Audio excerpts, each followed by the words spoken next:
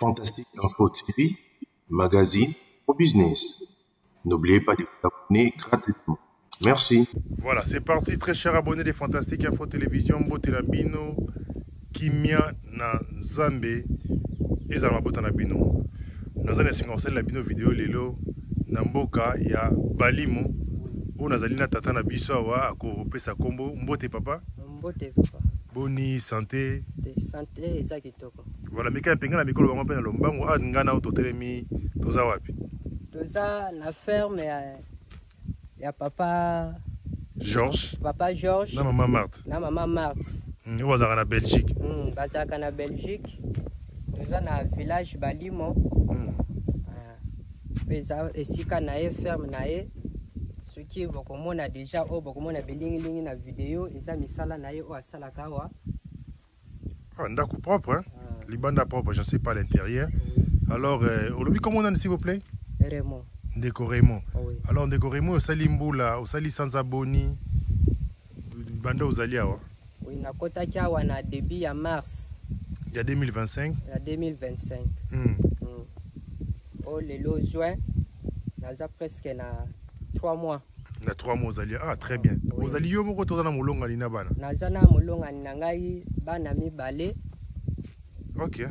Maman Zalité? Maman Zalité, bon, akenaki moi musala. Comme tu as dit, je un programme en retard, il y a moyen de me déplacer qui déjà bien avant. Oui, oui, parce que là c'est vrai, parce que vous avez qui m'a prévenu, na bengi okaralelo, na epikaralelo. Oui. C'est très bien pour la disponibilité na yo. Alors, on a moni ba outillage à bilanga, na évité ce qu'ils kaka ba maman maman Marthe na papa Georges Basomba.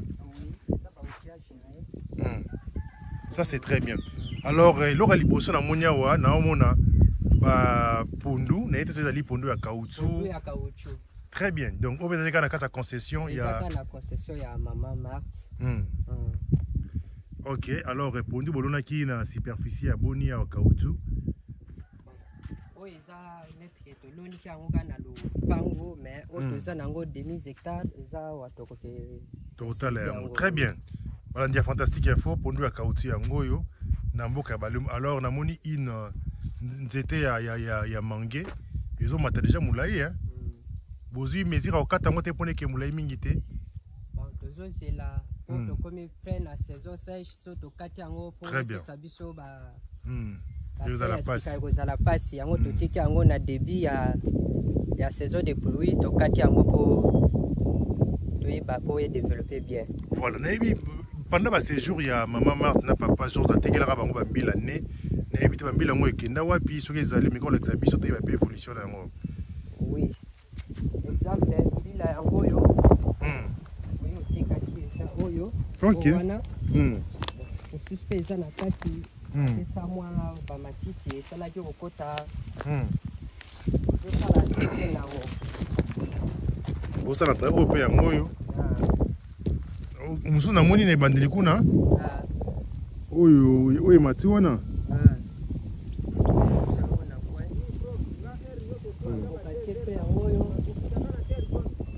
Oh, avocatier.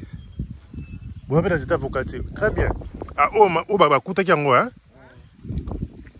Avocatier pe yango. Voilà, très cher abonnés des Fantastiques Info Télévision. Bah, aux autres épisodes de partout. Tozali a on a kati ya commune ya Maluku, na ville province ya Kinshasa.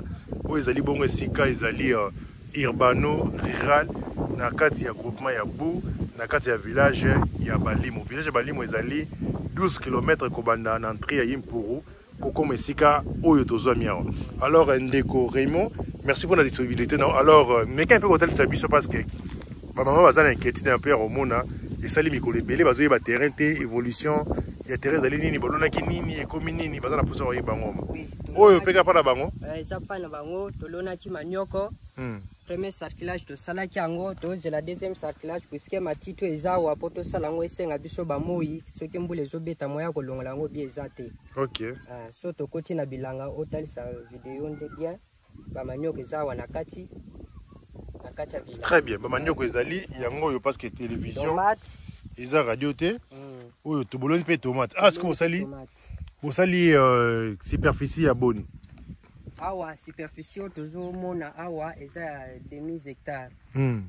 presque eza 1 hectare kuna pe eza na bapondu so tokoti kuna na kati okomona yango mais oyo toza pembeni oyo nani caméra zozwa eza demi hectare. Voilà, ezali demi hectare oyo bazomona na bilili. Merci papa Raymond.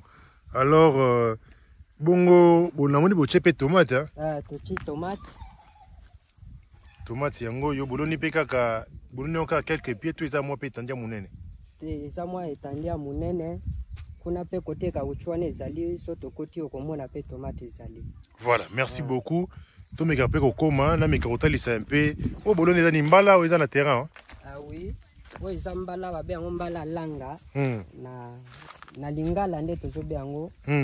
Na ba no scientifique to yebite so to sa recherche. Mbala makokolo. Na lingala voilà mais to be yango langa. Très bien. Ok, merci. Mais dans la monara banzete za belé belé kenda ba projet banzete msu ya je sais pas si on a bossé ya manga ezala kawate. Banzete manga yango mi ezota la liboso so to kusani wana. Banzete ya sako to lo nango kala mingi te to ko évoluer déjà. Ah wana nzeta safoutier. Nzeta safoutier. Mosusu eza na coin wana mosusu pe na loni yango kana kata bilango bomoni bapondu asafu eza wana to loni yango. Voilà, merci beaucoup. Na bandeko na tozolanda biso oyo bazali ko sala bilanga malgré les difficultés mais ils tiennent toujours à faire quelque chose. Nous vous encourageons et ensemble to komeka mpe kolonga ensemble. Donc même c'était à Safoutier on azomona oyo ezali kaka ya pardon ya vocation on ezali kana papa Georges na maman Marthe hein. Maman Marthe.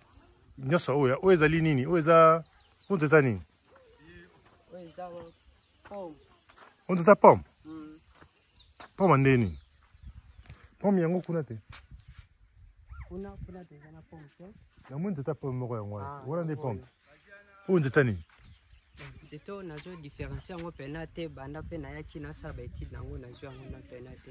Voilà, tout ces exercices on a balandia fantastique info babundana nango bele peut-être que ezali nini parce que nzeta pomme ngana moni yango na musika ezali kuna o nzeta pomme yango na kati ya concession na moni nzeta pomme yango yo donc o ne pomme hein parce que bakasa na yango yo bandiko balanda biso ba contredire te. Voilà, merci beaucoup balandia fantastique info bo meka continuer botala po nini nzete ya mbila ndenge ekoli vraiment kokola kala mingi te ekobota parce que les gens étaient fait ça la kaka 3 ans il va kobota déjà donc yango ko nous a déjà formé parce qu'ils allaient bien entretenir. Voilà, alors papa Raymond tu continues sur kotalisa balandia fantastique info surtout maman Georges na papa maman papa voilà comprenez ngai na uti musika na moto donc c'est normal ya ko bunga mo maloba donc bakazi okutaki mais nayebi te balonaka soja okutaki soya te. Oui, soya tokutaki yango mais ezalaki déjà produit nango déjà balongola déjà. Alors na minute na bilanga à part banzete tomoni quelques nzete ezali na kati ya balimo na kati ya concession biloko nini ezali lisusu oyo tokoki kotala awa na kati ya concession tozokenda awa tozotala bakauchu banzete avocat tolonaki kuna na kati. Voilà donc voilà balandi fantastique info toujours continuer toujours mboka yango yo vélo eza toujours important botala bandeko bazokumba vélo yo moni vélo tina te tala na balimo vélo eza ko kumba malamu. Voilà donc toujours continuer papa Georges moni esika tokomaki otala bapoulailler yango kuna ezali awa donc là vous allez continuer. Oh bah quelques poneux au monde on eza kaka pa na bango non o eza na bango bamba lolango te.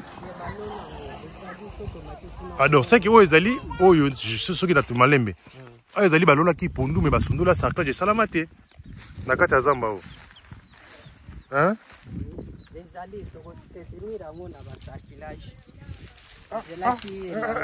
eza récupérable place va pondu ezali o mona dia liboso kuna so tindi caméra o mona te eza récupérable là.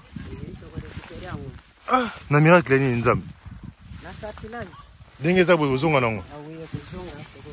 Mais comment vous étiez pris en contact avec promoteur ya ferme parce que là pour nous côté matiti makasi boy. Oui. Nakutaki yango boy déjà na matiti.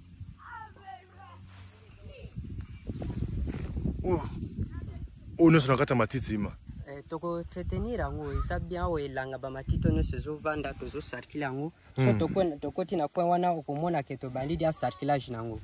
To baluka na nze total na oyo eto bima kuna. Totali ba pondo ozomona matiti kuna to bandi. Voilà, donc parce que ngai bangi singa omona matiti. Boye vous comptez aussi en ça la récolte. Bon. To obolona ki peni nini bangai ngai.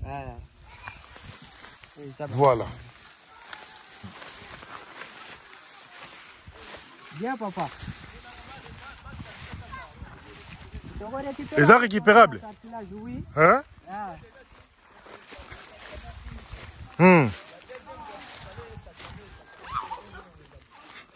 Donc, mais ça va tiens, ils ont toujours possible de récupérer. Papa, vous allez voisin, hein? Vous allez voisin côté. Donc, Nengue, bonjour d'abord parce que Biso Fantastique Info Télévision. Donc, yo commentaire au ça parce que moi je suis venu na megampe ko récolter ba image to megampe ko kabola mayele pour bandeko ba kolo terrain bazali bande mboka bazala mboka ya Belgique ozomona donc commentaire yo nini ko sala pour na terrain wana pour na awa ils en ont récupérable parce que cerclage à liboso to salaki et là on manga ki deuxième cerclage. OK. Deuxième cerclage je vais salamagité yango moni yango na niveau haut mais si on nenge tozo ke ndamso na ilanga boye ba matiti la nyo se kakaka nango tango ba ko cercler ngo mona et récupérer nango. OK. Donc ba garder toujours espoir. Ba ça toujours espoir. On est aquí combien de comme 1 hectare toujours? 1 hectare. Oui, c'est 1 hectare. 1 hectare, il y a Pondo, il y a manioc. Voilà. Très cher abonnés des Fantastiques Info Télévision, toujours continuer toujours. Ah, on a 4 village Balimo. Na 4 terrain, il y a maman Marthe, na papa Georges. Où on a dans Belgique. Par rapport à Moussa, la Saki, c'était important. Là, mais quand même, comme on est en et là, tu vas aller dans Ndeko, où il y a un terrain, messieurs Raymond. Raymond, vous allez carrément là-bas, Limo, à tout le temps, comme ça. Non, na utaki mboka mususu. Utaki na mboka nini? Utaki na province ya Kwilu. Ukimba Bobondo. Non, tokimi bondo te to yaki na via kishasa kuluka te to sala. Ndeko ko ba Limo.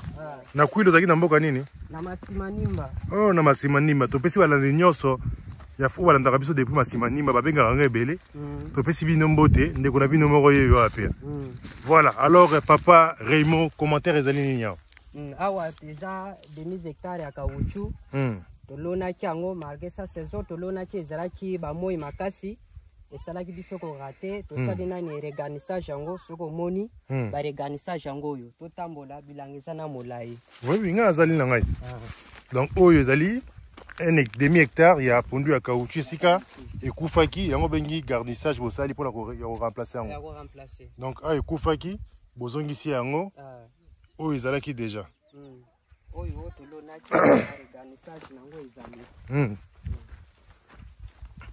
Voilà.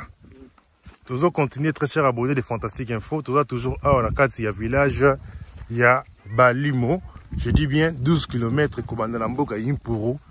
Koko Tati, Impuru ezali na kati ya route nationale numéro 1, donc 12 km Koko Tati à la carte ya Balimo.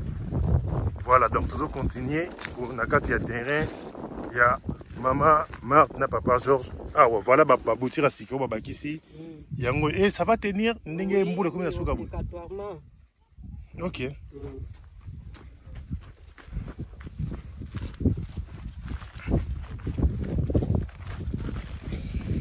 Voilà, Mbalona liboso hôtel Fina Fantastique Info to sengi na yo o s'abonner pour partager vidéo na ndeko mususu oyo bayebi na Fantastique Info to zona objectif ya 100 000 abonnés. Partagez yango, partagez. Alors papa Raymond, selon message fait l'information qui a besoin de combien d'hectares oyo bazo exploiter. Superficie à terrain sur combien? Superficie à 5 hectares. 5 hectares exact exploité oui, on a bilanga déjà 2 hectares na demi. Wana borne na bango hein. Ah. Wana borne hein, ouais bango oyo. Wana borne. Borne yango wana. OK. Donc kuna na débit. Ah. Il y a débit ezali, ya suka pe kuna ezali. Très bien, on est encore visible.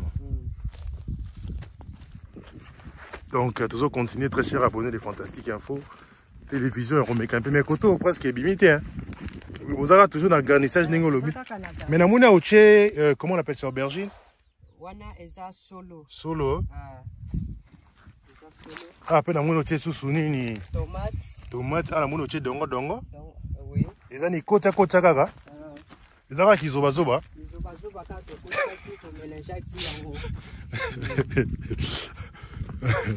Mais avec Isobazoba, vous allez attendre quel résultat? Parce que je pense que les promoteurs, ils continuent toujours à financer. Bon.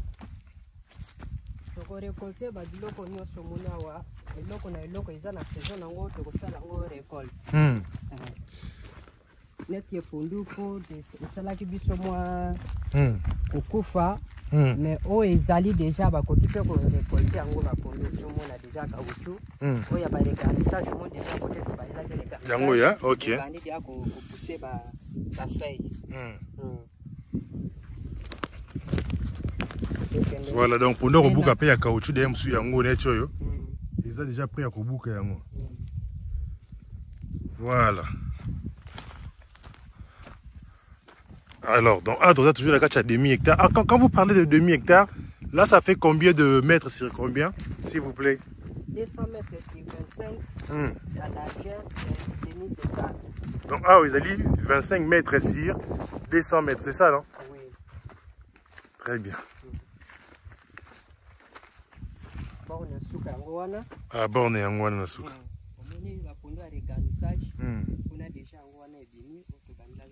Mais comment vous avez, vous savez, un pour vous aboutir, pour vous remplacer, vous? Bon, outil, pour vous remplacer, c'est soma qui a mon soma qui n'a bon, puisque tu as qui n'a boutirité. Semence basomba ngo soko ça n'a ngote. Ah, la mono complété pe unini. Oyo. Avocatier. Avocatier. Eza presque ngo na bio ndenge kiti. Très bien. Koto tozokota na terrain ya papa Claude. OK, voisin et yem de tegela ki. Oui. Ese ngapena ndepe tokutana na ye. Azao. Azali hein. Azali. Mais j'allais vous poser une petite question. Yo uti na Kwilu au commune na Balimo na kati ya ville province ya Kinshasa na Maluku na groupement ya Bu. Comment vous comparer Mabele ya Kwilu et puis Masimanimba bien sûr. Nandingo moni koto différence à celle les bilanga a on est kuna au micro moni ozomona ngondengeni. Bon. Différence ezali ya climat nan liboso. Climat ya Kwilu na awa eza un peu différent. Saison sèche na province ya Kwilu e bandaki déjà mais awa dia tozana to bandi na te tozana bambula ezo kitela biso mais na Kwilu déjà bambula wana mikolo esanini ekataki. Différence à saison. Exploitation yawa eza ebele. Awa ba exploitaka bilanga ebele na machine. Mais na niveau Kwilu to exploitaka ngo souvent na maboko. Na maboko tozalaka na banjete ya kosala bilanga. Et pourtant tosalaka ngo pe na bazamba. Mais awa eza na sobe tracteur ekokota esali. Soki ba de choucher banzeto eza na kati. Voilà papa Claude wana zoya. Excellent pour tu commenter. Oh, honorable. Honorable. Honorable papa Jean-Claude. Mais comment? Numéro kangi bis dans tous sur la téléphone. Non. Non. Na bengi ele kite. Oh, le bal comme peut-être connexion téléphone. D'abord santé boni. Ça va? Téléphone ngeza ouvert. Oh, mais na bengi ele kite on a bengi papa Raymond. Sinon santé ça va. Oui. Na nani disait benga ifsanga ifaloya. Oui. Na zeli appelle ngam na singala ke ko déplacer te mupaya ko ya. Exactement. Ah. Mais na sepeli comme on a yeka parce que on voulait vraiment voir le terrain avec précision. Yango maman Marthe na papa Georges Badelika Ingai tout tambola na terrain tout monde a musala kitoko musali. Au filmé oyo. Si na filmé mais on voulait avoir des commentaires ya yopé parce que tout monde y a moi je vais compter à 1 2 3 4 bah c'était à non monsieur za liboso kuna. Monsieur liboso mais c'est que ilo que ça ngara passe au monde 1 hectare il y a manioc que ça presque abandonné la kata matiti papa Jean-Claude. Bon. sarclage ya liboso bango bato basalaka. Hein? Na zela mbongo eyaki noki te, j'étais obligé banzete wana na kata. Tosala mwa makala ile témoin na futaki en fonction ya makala wana. Okay. Divin aye na yebisi ye. Ye témoin. Ye témoin mukolo, divin aye ngalobi divin ezosenga deuxième coup ya nini ya sarclage. Lokola yo zali mutu vi atinda ka yebisa vie. Que ezosenga deuxième coup ya sarclage. Je prends papa à témoin. Ok. Divin accueilli zela suite ayete dernièrement yeawa na misune lisusu. Na maman moko aye ko réclamer mais botikala na nyongo nanga ya combien loba nyongo combien 50 000. 50 000 ya sarclage. Ya sarclage ya liboso wana. Sikoyo 50 000 ngo tina moya lelo yate. Mais quand même après ça c'était $20. Nde na pesa kisusu ba mama ba bandi moi sarclage. Ana mona yango oza malamu. Na mupanzi wana. Voilà maman Marthe, papa Georges Bilanga etambolaka toujours na ba SCBL. Ba avocat na ye yango yo. Filmer yango quelques monsieur za kuna liboso. Si tomoni. Ba avocat ya maman Marthe bandi la pesa kuna toujours continuer sarclage. Hein? Bandi la nezali côté kuna pe ba safutie ezali quelques avocatiers ezika quelques palmiers ezika ki papa George ayebi yango bon na singa ba petit nanga moko boye soki ba loni ya bango oyo kotikala to solo la ba pesanga poto remplacer na bisika wana. OK, zaki combien? Je pense 17. Ah 17. Oyo bebaki oyo ezikaki. OK, on va voir ça. Ngala yena banzete ya Jacquier oyo ba olakisa ope monango. Jacquier sana ngono lyodo na taba manje na yo Jacquier. Voilà. Je pense que tout cela là tango sala ka interconnexion na biso. Oui, j'étais là na zaki nan. Caoutchouc yango yo. Oye kufaka nde to sala ka regarnissage. Neto oye kufaki. Na yela ki ba boutir mususu wa banda regarnissage kuna. Expliquez très bien. Okay. On va évoluer maintenant d'un côté parce que vous expliquez très bien. Il est Aza vraiment na kuilo Aza matata. Voilà, je disais maman Marthe et papa Georges Bilanga tambola la SBL. Est liboso d'abord sol, faut la sol ya malamu. Est mi balé les rozo lokolo na luka semence ya malamu na S wana. Semence ya malamu. Après, faut la na S musule roloni. Faut luka S ya ou estali sarclage. Donc faut combiner ba S wana et que na même ata 5. Pour nous respecter enfin que vous restez malamu. Donc là je suis un peu choqué. Romona pour nous belé zali vraiment abandonner la carte à Matisse parce que vous n'avez pas financé bah sarclage. Donc c'est pas grave, comme ils ont dit c'est récupérable. Hein. On l'espère bien que on va y a co récupérer et je passerai pour nous tali cette chose. Ah donc question c'est là ni. Donc on t'a pas na yo hein.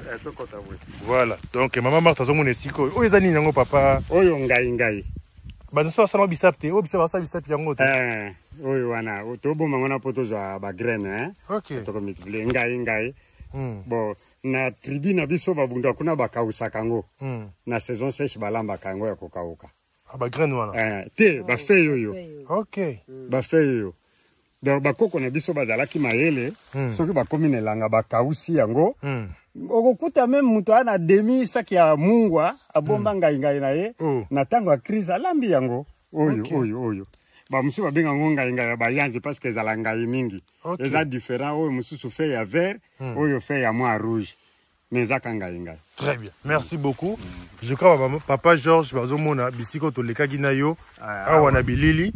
Donc yoza toujours voisin na bango pe accompagnateur na bango ya malamu. Oui, maman mbote na yo. Madame azolongora moi. Maman. Wa manyoka bolola. Malreza bolola. Na rataki ya sukali. Yo moko pesa bango parce que nga azala nga mo caméra de lobarama. Yo moko pesa bango mbote maman Marthe na papa Georges bazolanda yo. Amoni manyoko na ndenge zosala. OK, maman Marthe, papa Georges na pesi no mbote belé penzana sepeli komo koyo kabino lisusu. Ou soit kosolana bino susu na bilili toza tozokobaka musana biso kaka. Voilà, merci, message de Ekomi. On a aussi la foufou hein. OK, merci maman. Voilà, très cher abonné les Fantastiques Info, comme tout le monde qui n'est pas la vidéo, tous allez dans la ville, province de Kinshasa, Ndé Bengamaka, dans la commune ya Mounene ya Maluku, ils allaient parmi les communes la plus vaste. Il y a parmi 24 communes dans Malukawa. Bon, tous allez dans le district ya Tchangu, dans le groupement ya Bou, et tout en 12 km comme on a pour Kokota, dans le village Balimou et Papa Jean-Claude. Voilà. Donc, il y a des gens qui ont s'abonner, ou partager la vidéo de Moussou et Ozala Malamu. Papa Jean-Claude, il y a pas de qui toko, mais papa, ni Nzela Zalitin, tous les gens qui toko, c'est des personnes qui toko, Nzela qui toko. Non, oui, Nzela ya kala. Nzela ya kala, tu as bon, je ne peux pas dire personne qui ça la connaît pas. Personne qui ça. Ah, tu donnes la concession, notre côté. Non, côté est parti nangai. Tu as qu'un na parti à Papa Georges. Papa Jean-Claude, na so l'on peut maïa na balimo. Quelle est la solution au Bourgogne établir pour nous rejoindre maï? Est-ce que vous n'arrivez pas en tant que des fermiers, en tant que des concessionnaires, je ne sais pas quel mot, vous sangana, vous me capez au talisa, pour la solution na maïs à la tête parce que oui maïs ali richesse monnaie na balimo. Oui, merci na question na yo tuningai. Il se présente deux probabilités pour résoudre le problème ya mai. Première probabilité, ils allaient créer un forage, un forage. Deuxième possibilité, ils allaient créer un puits. Tembeni yanda kuna yo timoli libulu, ciment, basali brique, zelo basali brique, otongi puits na yo. Ozo collecter mai nyonso ya mvula pour que natan ya carence osale lango. En défaut, il y a forage, quelque part, kuna na belle famille, nanga bazoboko la bangulu, basali bapui na bango. Donc, basali bapui na bango. Est-ce que ekura peu comment si c'est langati na sukato? Ça dépend de la grandeur ya pui na yo. Voilà. Ah, to comme les sika, babandi sarclage. Oh, yo zali ba aubergine tolona ya kalawana. Ndiawa, na nyoko ikomi ya maturité. Ndio monisco sarclage tango ezo salema. Papa divin dernièrement yaki a pesa ngamo ambongo na pesa ki ba maman ndio moni bazo sala. Le coût pour en fait je sais bien le sarclage prix donc varie rapé selon quantité à matite. Oui, ba solo là qui na 180 000 francs c'était ça hein. 180 000. Non terre ya matite yo. Ah donc neto mona matite kuna so basali sarclage yo tika la kaboy. Et zo tika la boy. Ozomona ça promet. Non, manioc est koufité. Manioc est koufité, manioc est allé, mais question kaka ya kolongola matiti pour atika la polele, c'est tout. Manioc a koufité, yango yo. Manioc a koufité. Oyo ntaba mutale kaki na kati, mais manioc a koufité. Donc, ce qui kaka balongo, tala manioc na hauteur yo. Ce qui balongo li matiti, ndeke déjà ezomona na wa. Hein papa, oyo eza manioc na bino. Divin a pesa ki $20 na pesa ki ba mama avance ba bandi nde ozomona ba bandi sarclage boye ba solo la ki na 180 000 alors ya le ba ki le temps ko abenga nga dernièrement tuninga no ba mama ba bandi ko sala mvula pe lokolo ezako déranger moi mingi ba zo continuer ko sala soki ba silisi ya tinda différence etikali likolo. Voilà donc ça $20 le roula tout ça 56 000. Voilà.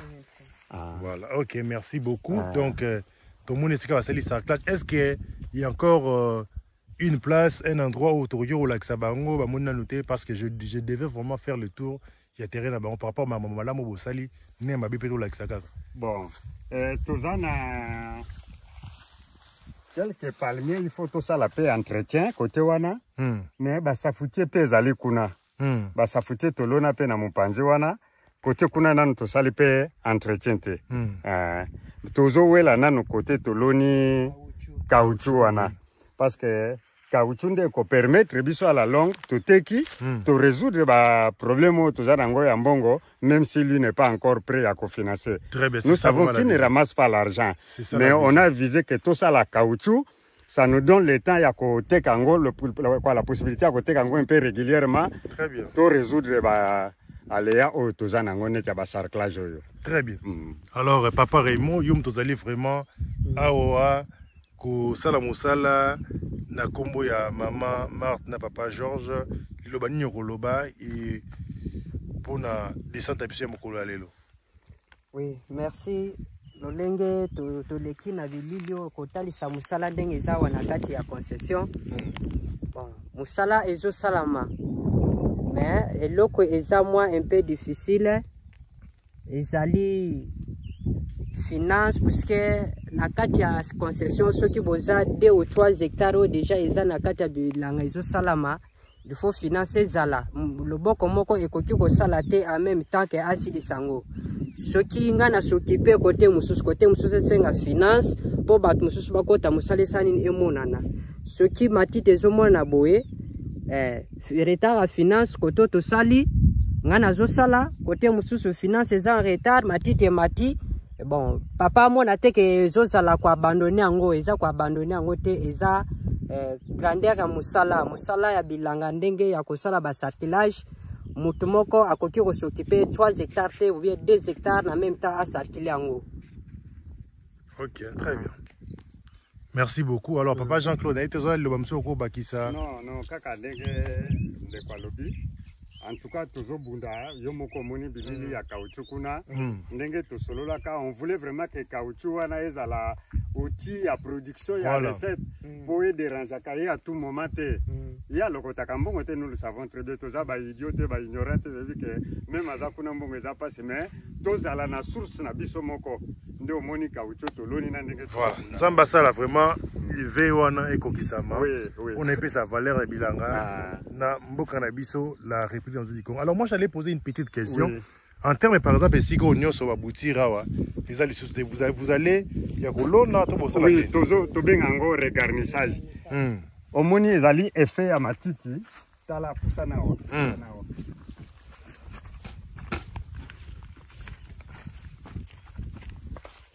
Ça démontre que l'on a maki. Comme matiti tufaki yango, alors ezali chétif. On a dit bolongola yango tokotisa ya sika. Nyonso da. Nyonso za manyoko. Nyonso ezali manyoko. OK. Donc yango yo côté basarte moi oyo monani on remplace to bengango regarnissage. Lobby akataki babutire ezali kuna. OK. Si y avait du temps, on allait au kendo filmer en onenga kataki c'est question kaka transporter ango aya nango pona kokotsa. Boutir ezali déjà kataki ango je confirme. Voilà. Merci beaucoup. Nga la rozonga na moni déjà le soni na yebi ango na rozonga na mikolo ya pona kotala. Nous vous souhaitons de bonnes choses. Et oye kufaka c'était mis au sol. Mais akufaki. OK. Il est à l'intervalle ya oyo na oyo wana mususu. Donc on va faire les regarnissages. OK. Regarnissage, c'est le terme approprié babenga. Omoni pour démontrer que ekufaki. Regarnissage. Bata mucha na benga ngo bon benga ngo peuplement sur le mois bon. Repeuplement. Voilà. Repeuplement. Cela veut dire nga za l'exec nyos na ebike. Si on a na balimo na loba moyo. Regarnissage. Si on a na mucha na benga ngo repeuplement. Ah photo reste la repeuplement. Donc ezali kaka ba terme presque identique mais qui démontre la même chose. Merci beaucoup papa Jean-Claude, merci beaucoup papa Raymond. Tokutani bala sika bala fantastique info. Beau partager vidéo. Pour l'honneur, il y a Koto papa Georges hein. Non, ah oui, ça papa divin. Papa divin, leki na ye. Leki il y a papa Georges. Oh, manioko na pe bande. Il y a pas sommet mpandi dans mpana. Non. Asala ki en na ye kaka. Mais na kata tera papa Georges. OK. Ba osala ngo sarclage. Ye mama ngwa ile lo asali côté ni.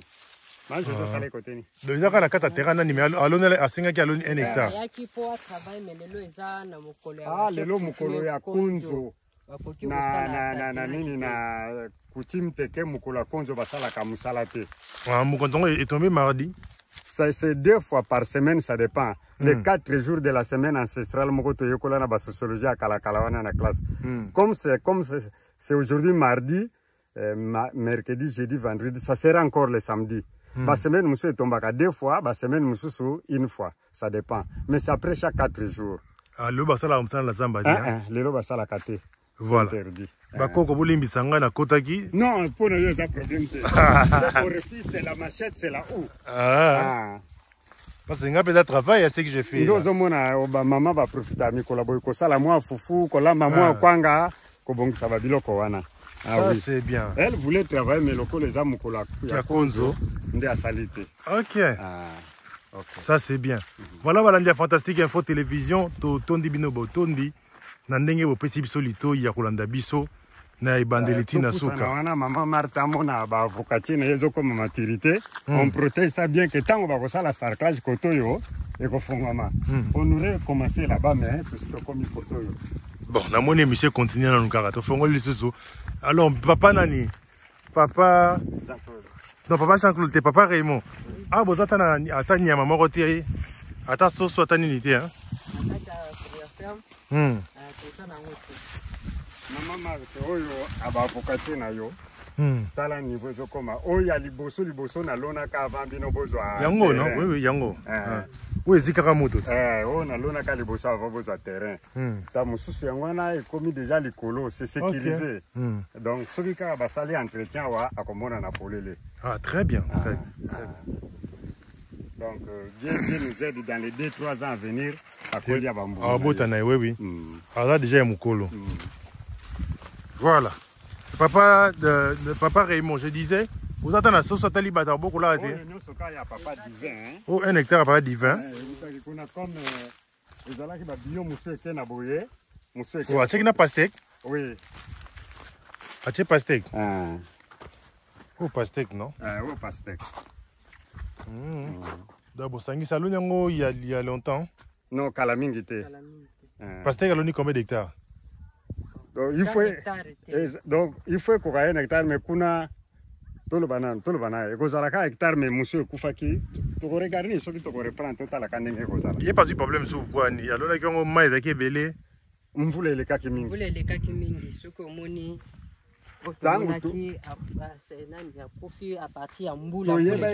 Na mais mvule konoka mingite toloni en avril mais le changement climatique nous a surpris mvule noki mingi na mais et sali ke ba culture mususu et kufi à partir d'abondance à pluie.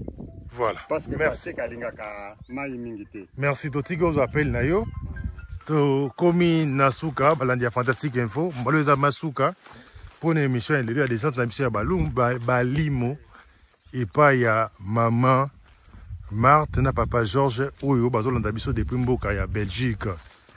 Donc là, tout ça, les descentes, mais quand ça la tour, Nabisika, Oyo, c'est va l'Axabiso, to Komina Souka, to Rolakisa, to Rolekasu prochainement pour nous voir s'il y aura l'évolution ou pas. Et tout ça, il y a des gens qui sont en Ndabiso, Bameka, ko.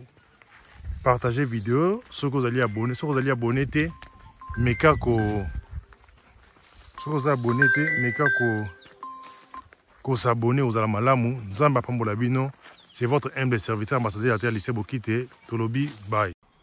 Fantastique Info TV, magazine au business. N'oubliez pas de vous abonner gratuitement. Merci.